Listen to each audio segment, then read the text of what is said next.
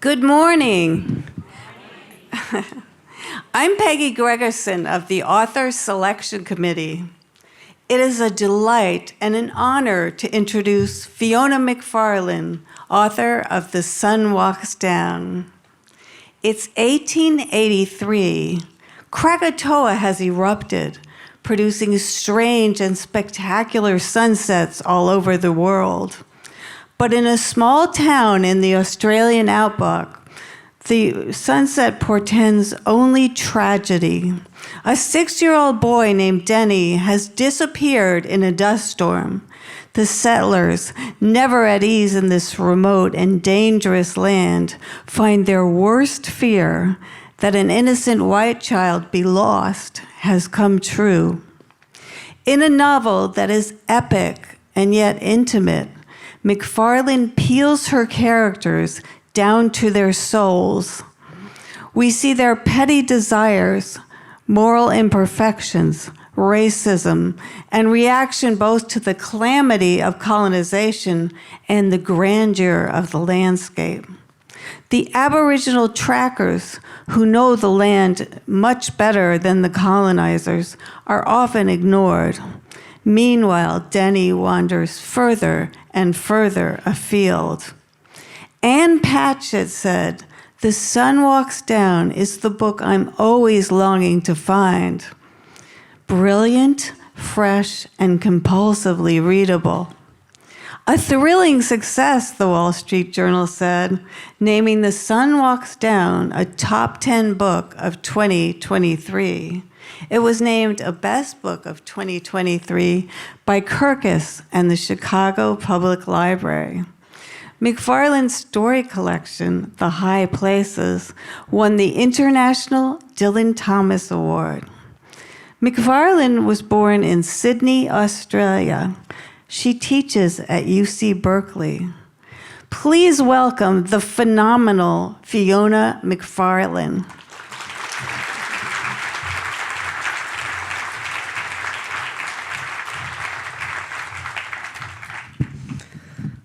Hello. It's so wonderful to be here. I want to thank the Pasadena Literary Alliance and the festival, all of the wonderful authors, everyone on the committee, especially Amy Ulmer, and also my personal goddess, Peggy Gregerson, who has been the most wonderful shepherdess through this whole experience for me. And I really want to acknowledge the respect and the sensitivity with which the festival handled the labor dispute at the Pasadena Hilton.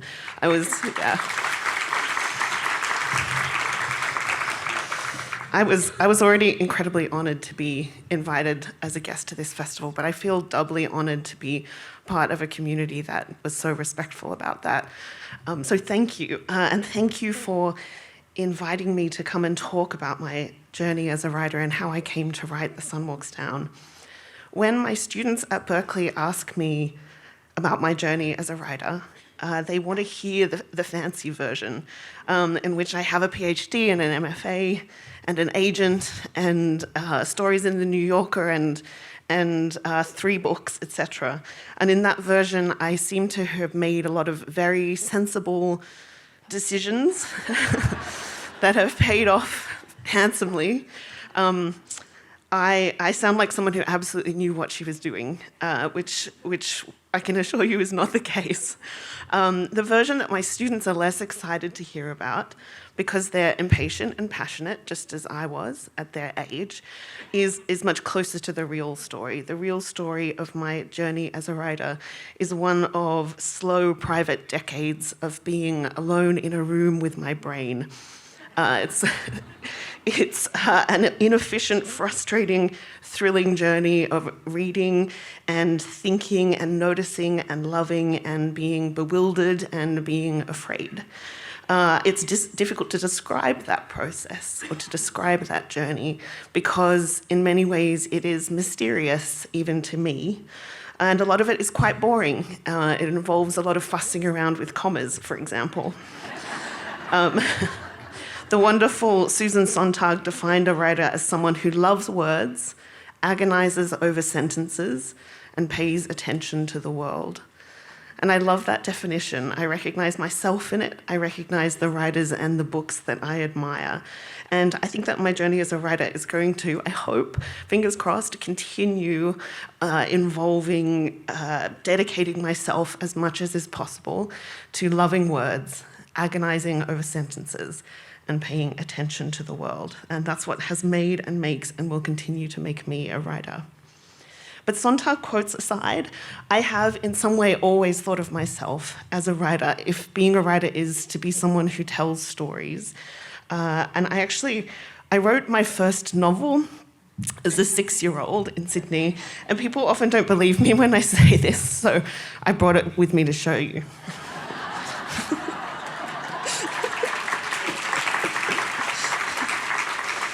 It's looking pretty rough around the edges these days. The name of the novel is The Fake God, so I guess I was an intense child. It is an 11-chapter epic. I was a very, very lucky kid. My mum worked in a bookstore specializing in children's books, and she later went on to be an elementary librarian. Thank you to all the powers that be for any librarian ever who has ever existed. And thanks to, yes, agreed. And thanks to her, I knew what a novel was and that it was possible to kind of write one. I spent an entire afternoon writing that novel because I understood that novels take a really long time to write. My mum typed it up. Unfortunately, she corrected all my spelling, so I seem even more obnoxiously prodigious than I actually was. The Fake God tells the story of 2 children, a brother and sister, who happen to have the same, be of the same age as my brother and I. And these children go on a picnic with their parents, and the mother is pushed into a river by some very, very naughty boys. And she drowns, and everyone agrees that this is just it's a terrible shame. And then the brother and sister go home and build an aeroplane out of the stuff that Dad is throwing out of the shed, and they travel the world looking for a new mother.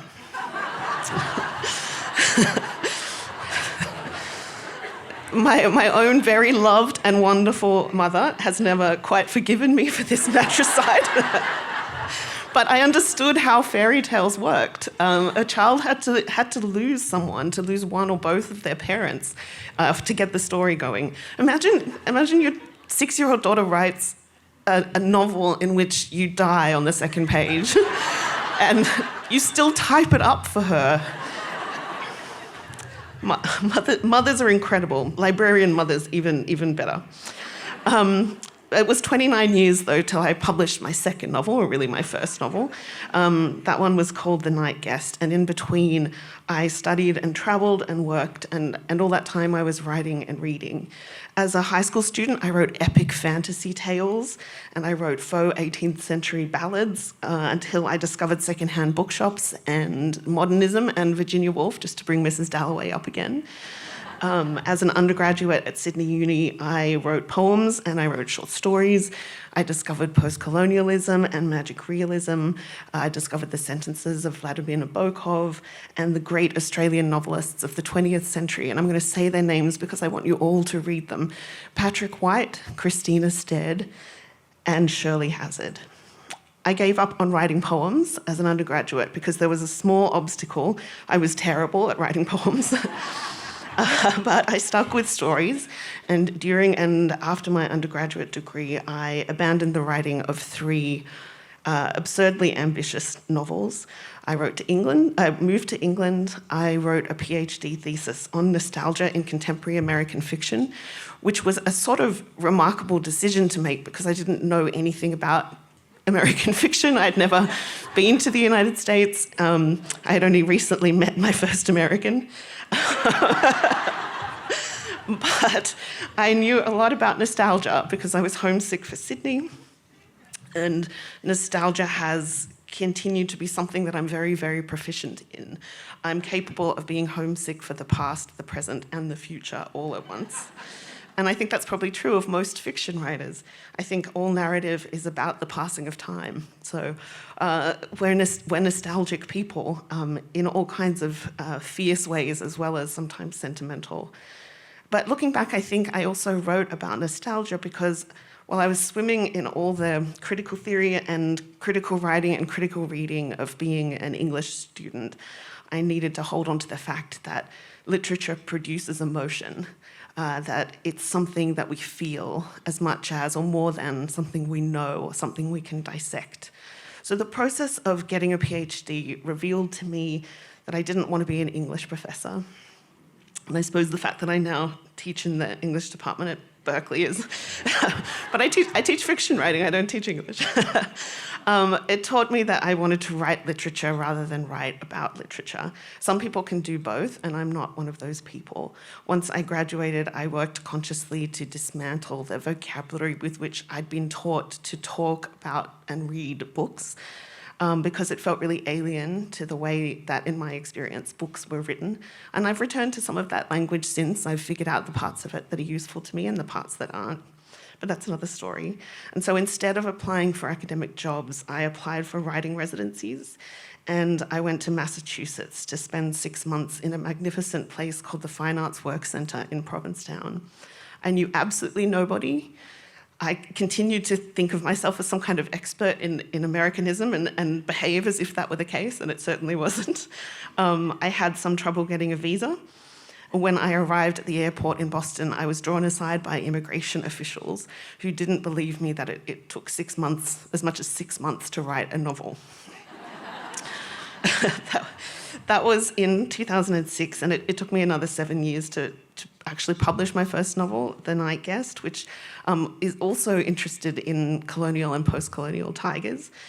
It began as a short story that continued to get longer and longer, but I preferred to think of it as a novel, even when it was particularly long, what Henry James calls a loose, baggy monster of the novel.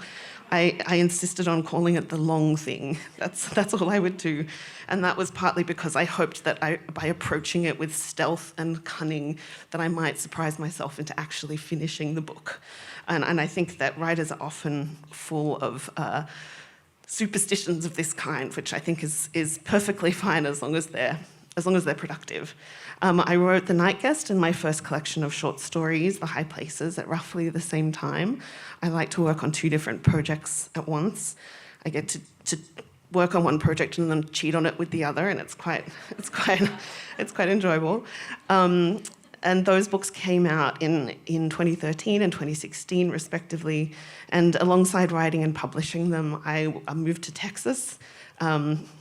Also, it may be a strange decision, to get an MFA, and I moved back to Sydney, and I started teaching at my alma mater and at Sydney Uni, and then I was lovingly bullied by a dear friend and mentor into applying for a job at Berkeley, and as a result, I moved to the Bay Area.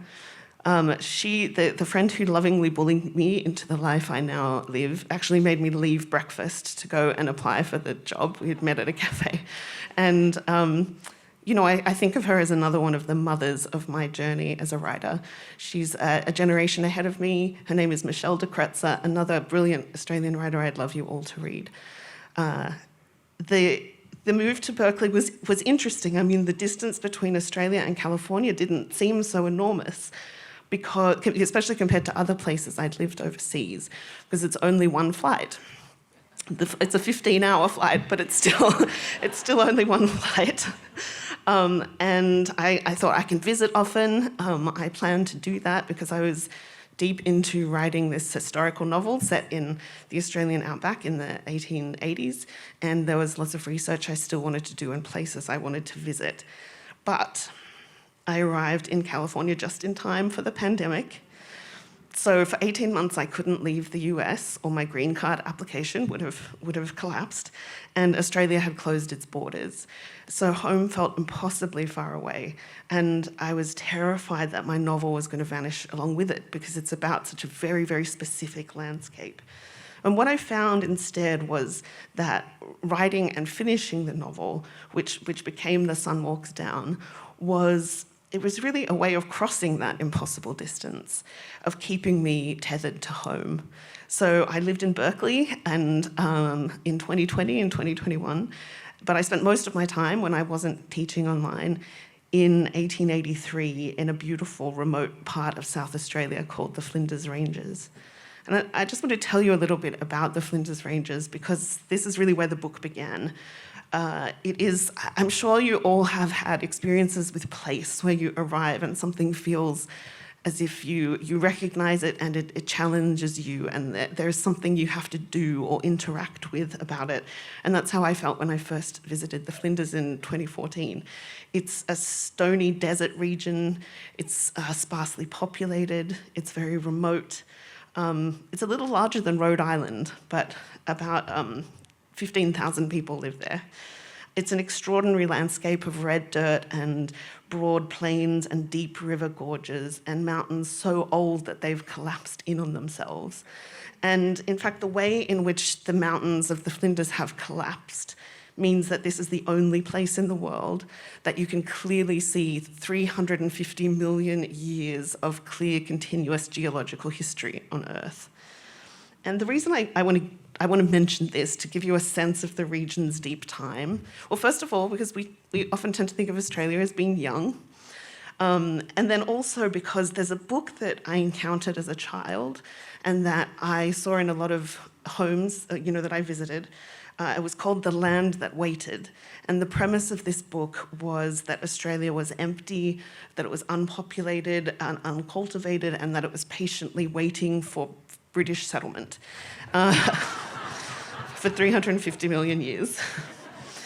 And for the Flinders Ranges, that came with the frontier wars of the 1830s, when the region was seized from the traditional Aboriginal owners and turned over to sheep and cattle. So the first hoofed animals that had ever been seen on the continent, and a complete environmental disaster. My novel is set in the Flinders Ranges of 50 years after this, in the 1880s, when livestock have eaten all of the ground cover and people became convinced that they could grow wheat in the desert, that if you planted trees and ploughed the earth, then it would rain. So that was actually a phrase, rain follows the plough. Families moved north, they planted wheat, whole townships grew up around these wheat farms, and they all failed within 10 years, some of them much less. It was devastating to read about how people's lives had been uprooted and destroyed by this strange dream they had of turning a desert into a garden. And I know that here in California, and especially Southern California, you know a little bit about deserts and what might be involved in turning them into gardens. And this is what drew me to the Flinders at first. I wanted to write about these people. I was so struck by the colonial ruins that I saw as I drove around, from lonely churches to just entire ghost towns, and it's really unsettling. You'll be walking somewhere, you'll be hiking, and suddenly there's a graveyard in the middle of nowhere, or there's a stone chimney that just appears by a river. But these are only the really easily legible ruins, the ones that I was able to recognise as index of struggle and of loss. I had to be shown how to recognise the indigenous ruins of the area, the ruins of the sacred places and the trade routes and the ochre mines and the hunting grounds of the world's oldest continuous living culture that was disrupted and destroyed by invasion. And it's a really unsettling feeling to acknowledge these ruins, 50,000 years worth, and then walk through the colonial ghost towns and to think that it was once believed that the island we now call Australia waited 350 million years for these people to fail at growing wheat. And I think that paying attention to that unsettling feeling, that discomfort and that grief is part of my responsibility as a writer, as an Australian writer and as the descendant of white settlers. It's part of the way in which I pay attention to the world. And that's part of what The Sun Walks Down is doing, paying attention to this aspect of the country that I'm from. And I use the word unsettling really deliberately because the failed settlement of the Flinders really got me thinking about the region's history and Australia's colonial past as a series of unsettlements rather than settlements. And I knew I wanted to write about that, to use it as a way into a novel that didn't just tell the story of a farming family in the 1880s, but also kind of interrogated Australian colonial history and its founding cultural myths. So no big deal, just take on Australian literature, it'll be fine. So one of the founding myths is the narrative of the white child lost in the wilderness. Australian culture is full of this tale. It's like a founding fairy tale from our earliest poets and painters after settlement to Picnic at Hanging Rock. You may be familiar with that, whether the more recent TV version or the wonderful, wonderful Peter Weir movie, to the tragedy of Azaria Chamberlain. This is a story that Australians tell over and over again, in which the land itself is malignant and sinister and just waiting to swallow up innocent white children. Because this myth grows out of settler anxieties and grief and anxieties about innocence.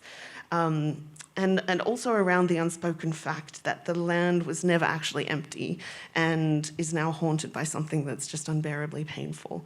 And I wanted to explore this national narrative, the white child who goes missing, which is often sentimentalized, especially in 19th century literature, and almost always whitewashed. And I wanted to unsettle it. And that's why The Sun Walks Down is set in 1 week of the September of 1883, and it follows this township as they look for this little boy who's gone missing, who seems to have been swallowed by the desert itself. And it was really important to me that the book would be full of many, many voices, that it never pretended to be one confident narrative that said this is exactly what it was like to be in outback Australia in 1883. It's not an authoritative story of colonial Australia. I wanted it to be noisy and contradictory and interested in the messy complexity of perception. And that's why I made the, again, very foolish decision to have over 20 point of view characters in it. That's why The Search for Danny is told from so many perspectives. Just to mention a couple of them, there's a lovesick young bride, there's a Swedish landscape painter who behaves very badly, a German widow, there's a hired farmhand from the Yadliawada Nation, there's a meek English reverend, there's an officious policeman who also happens to be a writer, and there's a Pashtun cameleer. You may not know this, but Australia has the largest population of wild camels in the world. That is because in the 19th century, the interior, the desert interior, was opened up by camels and their drivers who were brought in from Afghanistan. So we have a long history of Muslim people in outback Australia. The Flinders means something different to all of these characters. And the novel is so noisy because it is in part about who gets to write the story of a nation or who gets to speak for a land. So rather than ignoring or claiming to solve in any way questions around or conversations around cultural appropriation and attendant anxieties, the novel and I just kind of wade straight in. The book is really deeply interested, I am really deeply interested in asking questions about who gets to make art and about what and at what cost. The book is full of artists behaving badly, as I mentioned, artists who, like me, are trying imperfectly to find ways of representing a very unsettling place. And it's a very Australian book, but it's also preoccupied by broader questions about artistic ownership and the relationship between art and history.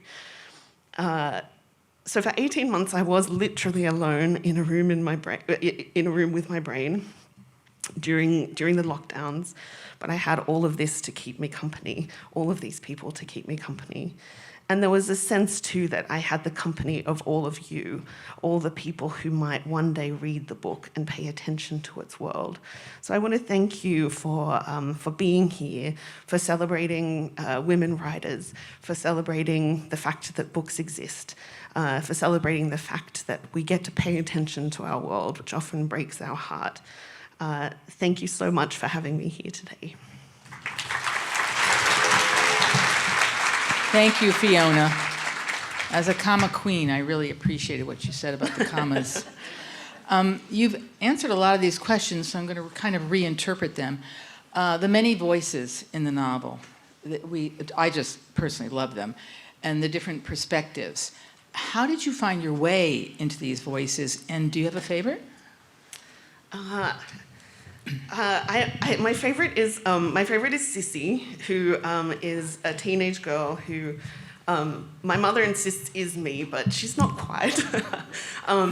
She is a kind of rambunctious person who knows exactly what needs to take place and is outraged that everyone around her isn't doing all of those things.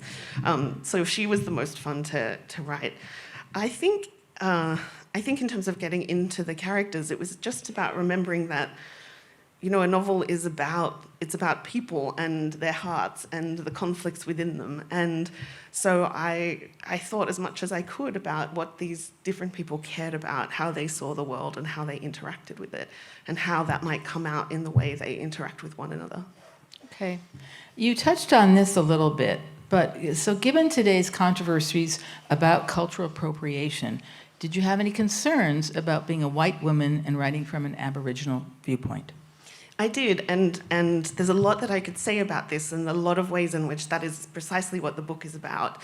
So the Aboriginal viewpoint, there's sort of just one point of view character who's Aboriginal, who is quite disconnected from his culture, and then the rest of the book is really interested in what it is that artists do when they arrive in a landscape, whether that be a cultural landscape or a physical one, and try to take the things that feel rich to them and turn them into something else. So I think all of those questions are really important and that they're really interesting. And I wanted the novel to kind of be about that specifically. Okay. So colors, to me and to others, seem really important in the novel, specifically in the descriptions of the landscape, the sunsets, and Carl and Bess's art. So can you talk about that a bit, and are you an artist? No, I'm not an artist. But I love reading artists talking about art. I read a whole lot about Norwegian art and had great fun with that, all of the sort of petty infighting that was happening among Norwegian painters in the 1880s was really fun. I mean, if I say to you the Australian outback, you probably see red right away. You see the red of the earth, etc., and then perhaps a really blue sky. And that is what it looks like out there. But I also just sort of got intimidated by the fact that I was going to try and put that on the page. And that got me thinking about when things in nature are so beautiful, but have also become potentially kind of cliched, what do we do with that as artists? And that's where I hit on the idea of writing about these, or an artist painting these sunsets. How do you go about painting a sunset when everyone knows what one looks like, but no one can really tell you why it's so extraordinary, and how could it ever just not seem like something lesser on the page? So that's another thing the book is really interested in. How do I take something that's so beautiful, that's sublime, and turn it into another art form? You mentioned the camels, so that was a bit of a surprise in the book. And can you tell us a little bit more factually about how the camels came to Australia? Yeah, well, the difficulty was that the horses couldn't handle the desert, and so I'm not sure exactly who suggested that it might be a good idea, but there are incredible photos. You can look them up online of ships docking in ports, and then camels being lifted out of them and onto the ground, and it was particularly the area that I'm writing about. There was a I guess the term here would be like a ranch owner who was really, really involved in the camels and bringing them over and bringing their drivers over. And there's a rich camel culture in this area. But then what happened was in 1901, Australia passed what's called the White Australia policy, where anyone who wasn't white was told that they could no longer earn money, they could no longer be in employment, they could no longer be in Australia. It was literally called the White Australia policy. I'm not making that up. And a lot of the cameleers left, and they were told to kill their camels before they went. And they didn't. They let them free, and that's why we now have the largest population of wild camels in the world. Wow, that's quite a story. Bess chooses art over life. Is the reader meant to condemn her for that? I don't think so. People do get quite judgy about Bess, and I mean, in some ways, she's me. I mean, there's something really imperfect about a human trying to square up to the creation of art and thinking about the world and what our relationship to those things is and why we should be the ones to do it. And I was really interested in exploring that. I mean, I think her decision is clearer to condemn because, you know, it's a clear, like, yes or no decision. But what I'm interested in really is the less clear decisions that all artists make, the compromises that all artists make, yeah. Okay. What do you teach at UC Berkeley? Well, I know you teach writing, but how does that leave you time to write? I'll tell you how that leaves me time to write. I have sabbatical for the entirety of next year. Congratulations. Thank you. That's great. How many courses do you teach when you are teaching? I have a great teaching load. I mean, it's wonderful. My students apply to be in my fiction workshops. I get to teach a lecture course on the short story, which is my favorite form. I get to talk a whole lot about Flannery O'Connor, which is just a thrill for me. So all of that stuff is wonderful, but I do find myself, when you asked Tanya earlier, what is she reading right now? I thought, well, I could tell you the student work that I'm reading, but at this point in the semester, I'm not reading anything else. Right. So I find it hard to teach and write at the same time. But we have summer and we have sabbatical, and I'm very lucky. So if you were to teach a work of literature, would you choose O'Connor, or who would you choose, or what would you choose to your students? Oh, I mean, it depends. It depends on the class that I'm teaching. Pick one. I try to include an Australian writer in every class I teach, because at the beginning of each class I ask if anyone's ever read an Australian book, and so far they never have, and that's fine. I mean, there's no particular reason that young Americans should have read Australian books, but recently I've taught a short story by the Vietnamese Australian writer Nam Le. He has a collection called The Boat. He has a new collection of short stories of poems coming out next month called 36 Ways of Writing a Vietnamese Novel. And writing a Vietnamese poem, sorry. And the story that I teach is called Love and Honor and Pity and Pride and Sacrifice. And it's about, I mean, that's based, you may recognize it, off William Faulkner's Nobel acceptance speech, where he talked about these are the old verities that we should be writing. Mm-hmm. And Nam approaches that as an immigrant writer of color and thinking about what that might mean for him as someone who's called upon to represent his identity in complicated ways. And tell us his name again. Nam Le, Namle is the surname. Thank you. So during your sabbatical, this is your last question. Sure. Are you starting a new novel? What are you doing? I hope so, yeah. I'll get back to you. We were talking about it.